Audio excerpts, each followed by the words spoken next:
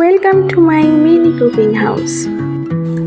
রান্না করার ব্যাপারটা মজাদার, আর তা যদি হয় পছন্দের ছোট ছোট হাঁড়ি পাতিলে, তাহলে তো ব্যাপারটা আরও জমে যায়।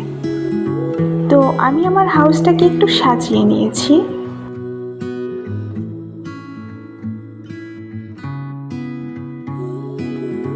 দেখা যাক আজকের মিনি কুকিংয়ে কি কি রান্না হচ্ছে। মিনি কুক আইটেমে থাকছে কোয়েল মাংস রোস্ট। এর জন্য যা যা লাগবে আমি সব কিছু একটু একটু করে গুছিয়ে নিয়েছি।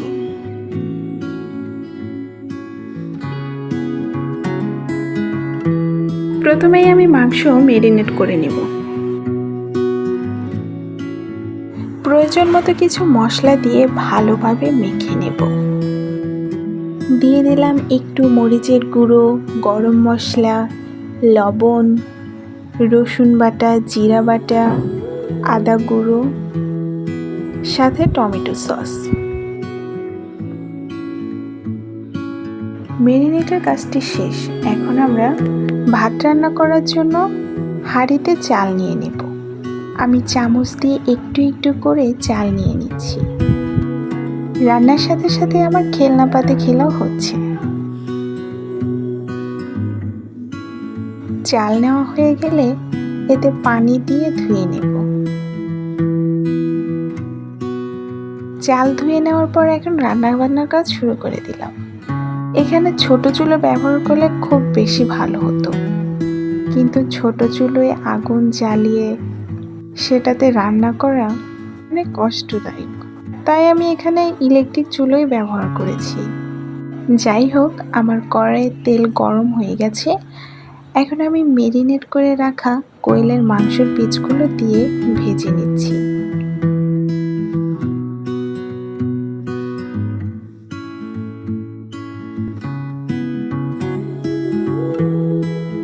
প্রথম স্টেপে কিছু মাংস ভেজে নেওয়ার পর এখন বাকি মাংসগুলো ভেজে নেব।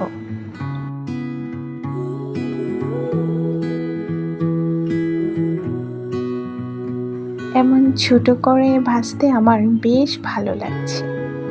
মাংসগুলো ভেজে রেখে এখন দিয়ে দিলাম একটা ছোট্ট হাঁড়ি। পাশেই বসিয়ে দিলাম ছোট্ট আরেকটা ভাতের হাঁড়ি।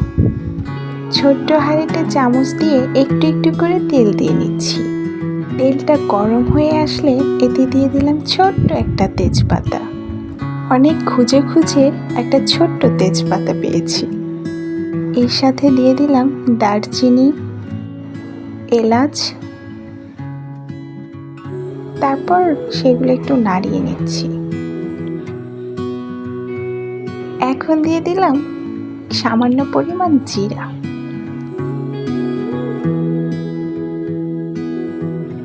তারপর এগুলো ভাজতে থাকলাম। এর ফাঁকে ভাতের ঢাকনিটা খুলে একটু ভাতটা দেখে নিলাম। মশলাগুলো লাল হয়ে এসেছে। এতে দিয়ে দিলাম এক টুকরো মরিচ আর কিছু পেঁয়াজ কুচি।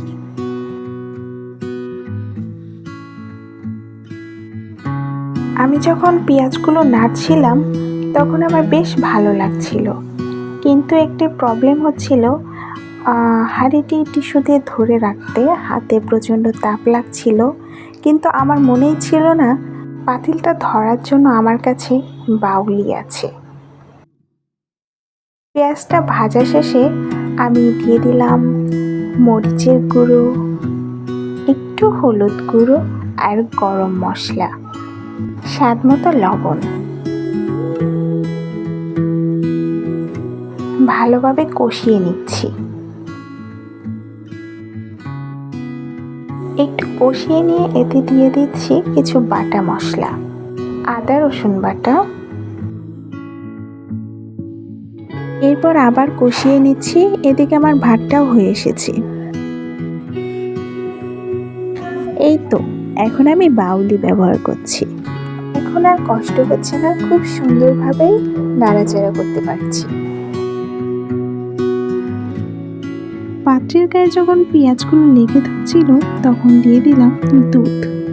এর সাথে সামান্য পরিমাণ পানিও দিয়ে দিব।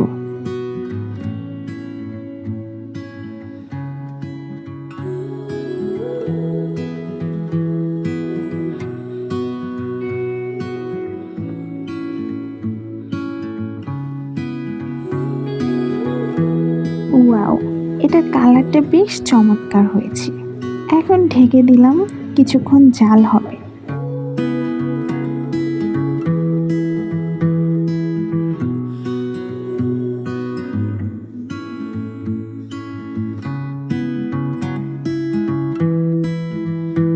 আমার ভাত রান্না শেষ হয়েছে, এখন ভাতটা নামিয়ে নেব।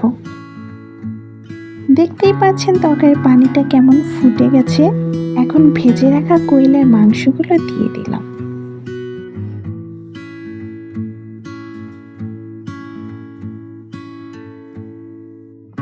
একটু নেড়ে চেড়ে আবার ঢেকে দিব। এর সাথে একটা ভাজি হলে মন্দ হয় না। সাথে করে ফেললাম মিষ্টি কুমড়ো ভাজি।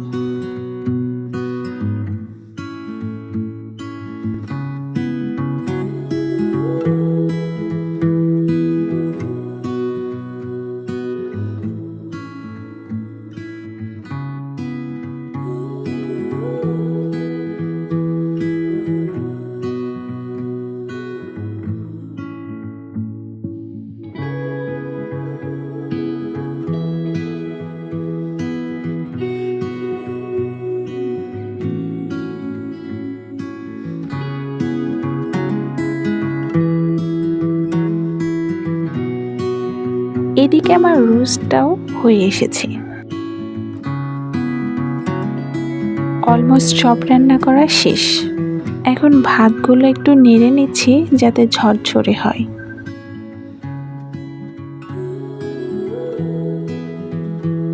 আচ্ছা ওয়েট, একটু তরকারিটাও দেখে নিই কেমন হয়েছে। পরিবেশনের জন্য আমি একটা ছোট্ট প্লেট রেখেছি। চামচ দিয়ে অল্প অল্প করে ভাত বেড়ে নিচ্ছি।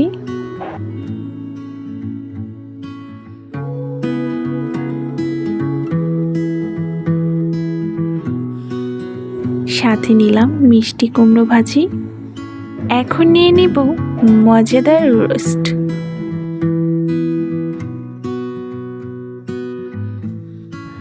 খাওয়ার পর বুঝলাম অনেক ইয়াম্মি হয়েছে। সো আপনাদের কাছে কেমন লাগলো আমার মিনি কুক, তা অবশ্যই কমেন্টে জানাবেন।